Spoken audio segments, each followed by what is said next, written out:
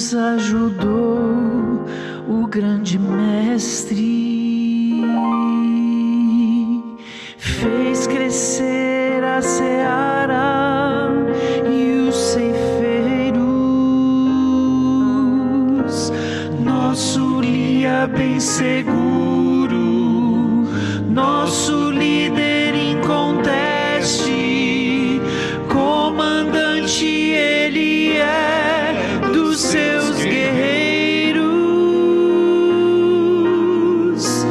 Dá-nos mais poder para prosseguir, avançando sempre, sem desanimar. O trabalho é muito, há que resistir. Logo, muito em breve, Cristo irá voltar.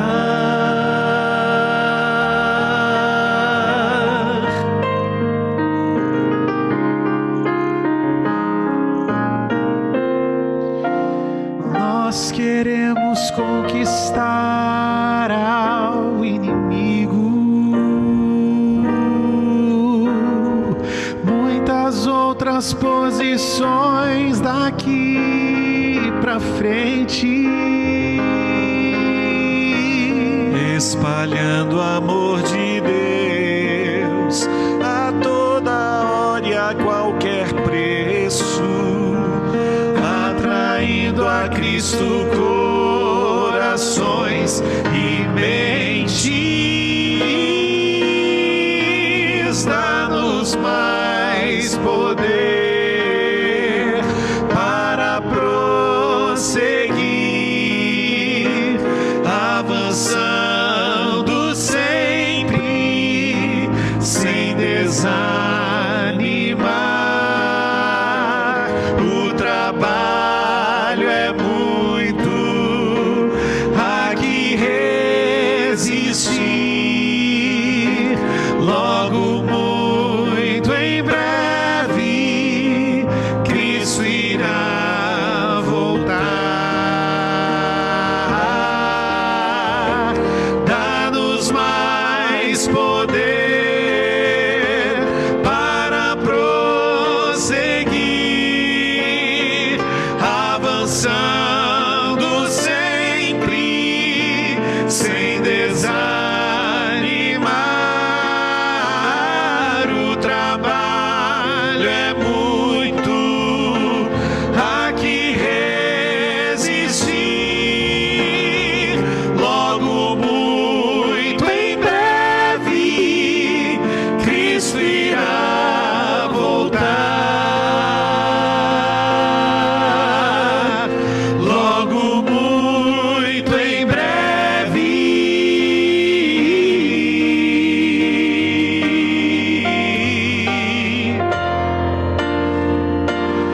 Cristo irá voltar.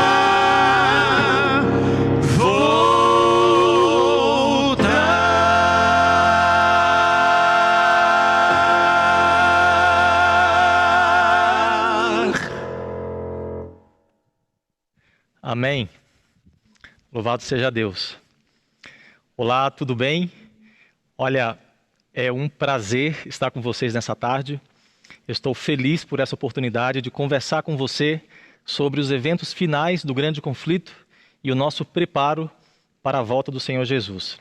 Desde que o pastor Elias me convidou para participar desse programa especial, eu tenho orado a Deus para que o Espírito Santo esteja conosco aqui e agora, aqui comigo e com você onde você está, nos dando uma mente clara, nos dando discernimento espiritual para que possamos compreender a mensagem da palavra de Deus e que ao ouvirmos a palavra de Deus sejamos transformados por ela. Você sabe que quando nós ouvimos a palavra de Deus sem oração, é só uma mente falando a outras mentes e nada acontece. Mas quando nós colocamos a nossa mente à disposição do Espírito Santo com sinceridade, ele fala conosco e Deus consegue transmitir a mensagem que ele tem para cada um de nós. Eu tenho certeza que ele fará isso agora. Eu quero conversar com vocês hoje sobre os avisos de Deus. Deus nunca faz alguma coisa sem antes avisar. Todas as vezes que interferiu na história humana, antes ele deu avisos e sinais. Avisos gerais à humanidade e avisos especiais ao seu povo. Convido você a abrir a palavra de Deus comigo no livro de Amós, capítulo 3, verso 7. Amós, capítulo 3, verso 7. A palavra de Deus diz assim, lá no livro de Amós, capítulo 3, verso 7. Certamente o Senhor Deus não fará coisa alguma sem primeiro revelar o seu segredo aos seus servos, os profetas. Quando Deus percebeu que a corrupção humana havia chegado a um nível insuportável e com tristeza decidiu que recriação seria necessário, ele não fez isso sem antes avisar. 120 anos antes do dilúvio, Deus enviou Noé com a mensagem de salvação. Era uma mensagem de advertência, ao mesmo tempo que provia oportunidade de salvação para quem cresce e aceitasse. Era um aviso geral de Deus a toda a humanidade. Mas uma semana antes do dilúvio, Deus deu um aviso especial a Noé. Ele disse, entra na arca, porque daqui a 7 dias farei chover sobre a terra. É interessante que os animais vieram espontaneamente oferecendo uma confirmação adicional de que a palavra de Deus se cumpriria. A mesma coisa aconteceu por ocasião do nascimento de Jesus. Quase 500 anos antes do nascimento de Jesus, Deus falou com precisão a Daniel quando seria o nascimento do Messias. Mas os anos iam se passando e as pessoas permaneciam indiferentes. Até mesmo os sacerdotes, os doutores da lei, não tinham qualquer interesse em estar preparados ou estarem preparados para receberem o Messias. Somente algumas poucas pessoas demonstravam interesse especial na vinda do Messias. A estas pessoas, Deus deu avisos especiais. Por exemplo, a palavra de Deus diz que enquanto o sacerdote Zacarias ministrava no templo, o anjo Gabriel apareceu a ele e disse, olha, você vai ter um filho e ele será o precursor do Messias, ele vai preparar o caminho para o Messias. Da mesma forma, Simeão, um homem íntegro, reto, temente a Deus, o Espírito Santo revelou a ele que ele não morreria antes de ver o Messias. E os pastores que estavam trabalhando ali na região de Belém também receberam um aviso especial de Deus. Um anjo do Senhor veio a eles e lhes disse o seguinte, hoje vos nasceu na cidade de Davi o Salvador, que é Cristo, o Senhor. E isso vos servirá de sinal. O encontrareis envolto em panos numa manjedoura. Avisos gerais à humanidade, avisos especiais ao seu povo. Em Mateus capítulo 24, Jesus está saindo do templo com seus discípulos. E eles ficam impressionados com a construção, com as pedras. E o Senhor Jesus disse, olha, não vai ficar aqui pedra sobre pedra que não seja derrubada. Era um aviso de Deus aos habitantes de Jerusalém. Interessante que eles entenderam a mensagem, porque quando Jesus estava sendo julgado, uma das acusações que fizeram contra ele foi exatamente essa, de que ele havia falado contra o templo. O livro Grande Conflito revela outros avisos gerais que Deus deu aos habitantes de Jerusalém. Durante 7 anos, um homem subiu e desceu as ruas de Jerusalém, anunciando as coisas terríveis que sobreviriam à cidade. Os sacerdotes que ministravam no templo à noite eram aterrorizados com sons e vozes, tremores, vozes que diziam, partamos daqui.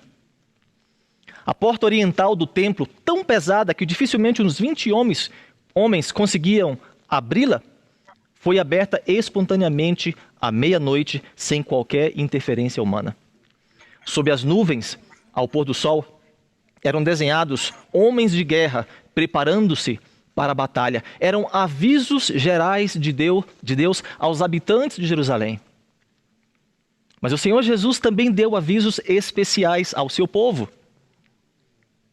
Ele disse, quando Virdes Jerusalém, cercada de exércitos, sabei que é chegada a sua desolação. Então os que estiverem na Judéia, fujam para os montes. Os que estiverem no meio da cidade, saiam. E os que estiverem nos campos, não entrem nela. No ano 68, o general romano Céstio cercou Jerusalém. E sem qualquer aviso aparente, sem qualquer motivo aparente, simplesmente retirou-se. Era o aviso de Deus, era a oportunidade que os cristãos precisavam para fugir de Jerusalém. E eles o fizeram. Eles saíram e não foram impedidos nem pelos romanos, nem pelos judeus. 2 anos depois, Tito retornou. E quando Tito retornou, cercou Jerusalém mais uma vez e destruiu completamente a cidade e o templo. Mas nenhum cristão pereceu na destruição de Jerusalém. Amigo, amiga, vim dizer a você hoje que Deus não faz nada sem antes avisar. Todas as vezes que interferiu na história humana, antes ele deu avisos e sinais. Avisos gerais à humanidade e avisos especiais ao seu povo. Sabe o que é mais interessante? É que ao falar sobre a destruição do templo e de Jerusalém, no capítulo 24 de Mateus, Jesus não está falando de um único evento. Na verdade, ele usa a destruição de Jerusalém como um exemplo daquilo que vai acontecer no fim dos tempos. Você se lembra que quando os discípulos falaram com Jesus no capítulo 24, eles perguntaram: dize-nos quando acontecerão estas coisas e que sinal haverá da tua vinda e do fim dos tempos? Então, ao mesmo tempo em que Jesus responde à primeira pergunta relacionada à destruição de Jerusalém, ele também responde relacionado ao fim dos tempos e à sua volta. E, naturalmente, ele não vai fazer isso sem antes avisar. No capítulo 24 de Mateus e em outras partes da Bíblia também, nós encontramos avisos de Deus, avisos gerais à humanidade e avisos especiais ao seu povo em relação à sua breve volta. Então, vamos ver isso agora. No capítulo 24 de Mateus, nós descobrimos que, não somente no capítulo 24, mas em Mateus 24, Lucas 21 e também no livro de Apocalipse, no capítulo 6, nós vemos que 3 grandes sinais marcariam o fim dos 1260 anos de perseguição e o início do tempo do fim. Eu quero frisar isso aqui, porque isso aqui é muito importante. Por que esses 3 sinais juntos são importantes? Porque eles marcam esse período singular da história, chamado de tempo do fim, o período da história dentro do qual Jesus vai voltar. E para marcar esse período na história, Jesus disse que 3 eventos ocorreriam. Primeiro, um grande terremoto. Também ocorreria o escurecimento do sol e da lua e a queda das estrelas. Esses 3 eventos já aconteceram. O primeiro deles, o grande terremoto de Lisboa, ocorreu no dia 1º de novembro de 1755. Foi o maior terremoto já registrado na história da Europa, que foi sentido não somente na Europa, mas também nos Estados Unidos, na África, e as tsunamis chegaram até o Brasil. Pode entrar aí no Google e você vai ver as matérias, vários meios de comunicação reportando as tsunamis que chegaram aqui como resultado desse terremoto. Jesus disse que para marcar o início do tempo do fim, o sol escureceria, a lua não daria a sua luz, e isso aconteceu no dia 19 de maio de 1780. Entrou para a história como o dia escuro. E ele também disse que haveria a queda das estrelas, ou uma queda singular de meteoros. Esse aviso de Deus ocorreu no dia 13 de novembro de 1833. Nessa data, ocorreu a maior chuva de meteoros já registrada. As revistas científicas da época, os jornais da época, registram que até aquele dia não houve um evento similar. E depois daquele dia, também não houve um evento como aquele. Portanto, amigos, esses 3 sinais juntos mostram essas 2 coisas. O fim do período de perseguição, que foi de 538 até 1798, e ao mesmo tempo indicam o início do tempo do fim. Muito bem, vamos continuar nossa caminhada em direção aos eventos finais. No tempo do fim, Jesus disse que outros sinais indicariam a proximidade da sua volta. Dentro desse período chamado Tempo do Fim, vários sinais indicariam que estaria cada vez mais próximo o seu retorno. E o que seria isso? Quais seriam esses sinais? Jesus disse que haveria terremotos. No tempo do fim, ocorreriam terremotos. Dá uma olhadinha aí no Google. Você vai ver que no século XIX, ocorreram 41 grandes terremotos, nos quais morreram cerca de 350 mil pessoas. No século XXI, no século XX, ocorreram 96 grandes terremotos, que mataram mais de 2 milhões e 200 mil pessoas. E no século XXI, nós já começamos em 2003, 2004, com um terremoto que somente ele matou mais de 300 mil pessoas.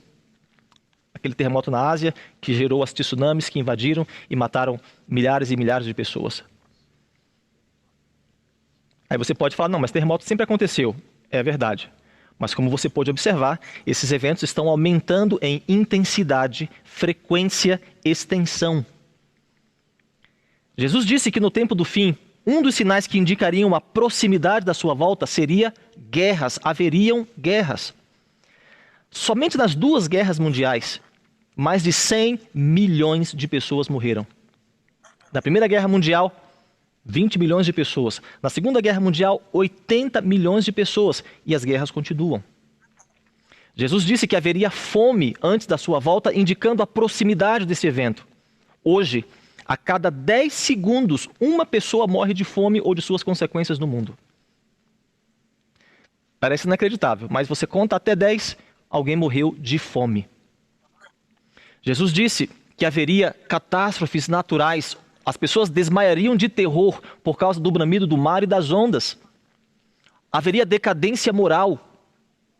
E haveria também pestilências. Lá em Lucas capítulo 21, verso 11, a palavra de Deus diz que haveria pestilências, doenças infecciosas que se espalham de maneira viral. É exatamente o que nós estamos vivendo hoje. Amigos, o que nós estamos vendo na televisão não é mais uma notícia no jornal. São sinais que indicam a proximidade da volta do Senhor Jesus.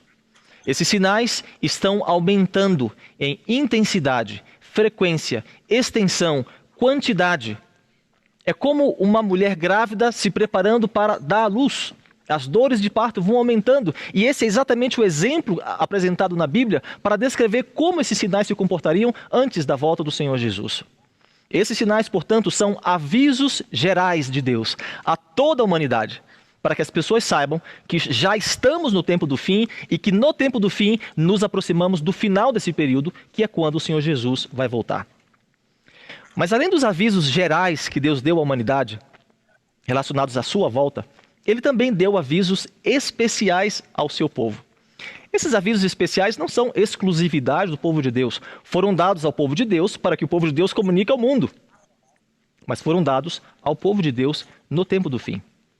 E por meio da palavra de Deus e também dos escritos inspirados, nós temos alguns avisos especiais, nos mostrando exatamente o que vai acontecer imediatamente antes da volta do Senhor Jesus. Então, vamos rapidamente a alguns desses sinais. Eu gosto de pensar nesses avisos de Deus como sendo eventos que ocorrem como resultado de processos. Agora mesmo, vários processos estão acontecendo. Ao longo da história, todos esses sinais que nós vimos aqui são processos que vão se desenrolando até que acontecem os eventos. No tempo do fim, ou no final do tempo do fim, vai acontecer a mesma coisa. Esses processos estão acontecendo agora. Quando eles estiverem plenamente maduros, então eventos irão ocorrer. Vamos ver então quais são esses sinais. Nós sabemos que antes da volta de Jesus, o mundo será envolto numa grande tribulação, um período de crise, que será causado por um sinal ou uma combinação dos sinais da volta do Senhor Jesus. Não sabemos qual será o gatilho que vai disparar os eventos finais. Pode ser uma crise como a do coronavírus. Pode ser uma crise financeira. Pode ser uma catástrofe natural. A queda de um meteoro. Interessante, não, mas as pessoas preveem com antecedência. Agora, no mês de março, descobriram um cometa cuja cauda tinha 11 milhões de milhas. E foi descoberto agora. pode ser um meteoro, não sabemos qual será esse gatilho. O que nós sabemos é que uma grande crise tomará conta da humanidade e isso será o gatilho que vai disparar os eventos finais. Sabemos que antes do Senhor Jesus voltar, o Evangelho será pregado a todo mundo, em testemunho a todas as nações. E isso não vai acontecer porque nós somos muito inteligentes, porque nós desenvolvemos as melhores metodologias, porque nós temos todos os recursos necessários. Isso vai acontecer porque será derramado sobre o povo de Deus a plenitude do Espírito Santo. Vocês viram o pastor Emilson falando muito bem sobre esse assunto? E vale a pena depois você entrar no canal novamente e assistir novamente, porque essa é a nossa maior necessidade. Será o derramamento final do Espírito Santo, que vai preparar o povo de Deus para proclamar com poder, com autoridade, a última mensagem de advertência e salvação à humanidade. Antes da volta de Jesus, ocorrerá o decreto dominical. Esse decreto será o resultado de um processo que está em andamento agora. Uma tríplice união entre o protestantismo, o catolicismo e o espiritismo. Quando esses três poderes, quando essas três forças estiverem plenamente unificadas, então os Estados Unidos darão poder, autoridade à Igreja Romana para estabelecer o domingo como dia de adoração, como dia de guarda. O decreto dominical, portanto, ocorrerá quando esse processo estiver plenamente concluído, e esse é um sinal importante para o povo de Deus. Os escritos inspirados dizem que esse é o sinal para que nós saiamos das grandes cidades. Há hoje algumas pessoas questionando, será que já não é hora da gente sair das cidades? Alguns já estão comprando terrenos em outros lugares. Tudo bem, isso é interessante, isso é bom. Criar os filhos no ambiente rural, em meio à natureza, é muito bom também. Mas se todos nós sairmos da cidade hoje, quem vai pregar para os 94% da população brasileira que vive em centros urbanos? O sinal de que nós temos que sair das grandes cidades é o decreto dominical. Nós sabemos que antes da volta de Jesus e dentro desse contexto, Satanás vai personificar a Cristo. Não será permitido a Satanás imitar a maneira como Jesus vai voltar, mas ele vai imitar ao Senhor Jesus. Ele vai andar entre as pessoas, vai falar com a voz mansa e bonita, vai fazer milagres e, acima de tudo, vai validar as leis religiosas e civis estabelecidas pelos poderes que estabeleceram um falso sistema de adoração. Será um engano terrível. E somente as pessoas que estiverem firmemente apegadas à palavra de Deus resistirão e sobreviverão a esse engano sem serem, de fato, enganadas. Esse ato de personificar a volta de Jesus, ou melhor, personificar a Jesus, é o ponto culminante de um longo processo de engano realizado por meio da operação de milagres. Vocês viram na palestra anterior que no final dos tempos, sob a influência da chuva serôdia, o povo de Deus fará milagres. Mas Satanás vai imitar esses milagres e vai fazer outros milagres, talvez ainda mais interessantes, a ponto de fazer fogo descer do céu, como nós conhecemos. E o ponto culminante desse processo de engano, feito por meio de milagres, através do poder do espiritismo, será a personificação de Cristo. Chega então o momento em que o mundo será polarizado. Todas as pessoas ouviram o Evangelho. Todas as pessoas tiveram a oportunidade de se posicionar. E agora o mundo será dividido em dois grupos. Aqueles que seguem a palavra de Deus, a instrução de Deus, a lei de Deus, ou aqueles que seguem o falso sistema de adoração estabelecido pelas igrejas, pelos poderes civis e religiosos. Nesse momento, acontece então o processo de polarização e o evento é o selamento de uma parte das pessoas e o recebimento da marca da besta do outro grupo. Então, todas as pessoas desse planeta estarão divididas entre os que receberam o selo de Deus, ou seja, estarão definitivamente estabelecidas na verdade, e aqueles que receberão a marca da besta, ou seja, se identificaram com o sistema de adoração que foi estabelecido. Então, chegou o momento em que a porta da graça vai se fechar. Hoje a porta da graça está aberta. O que significa isso? Significa que o Senhor Jesus está no céu intercedendo por você. Significa que se você se ajoelhar agora e falar, Senhor Jesus, tenha misericórdia de mim porque eu sou pecador, perdoe os meus pecados, me dê uma nova chance, uma nova vida, é exatamente isso que vai acontecer. Mas naquele dia, a porta da graça estará fechada.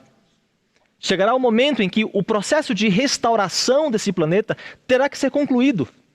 E Jesus vai encerrar a sua intercessão no ministério, o seu ministério de intercessão no santuário celestial.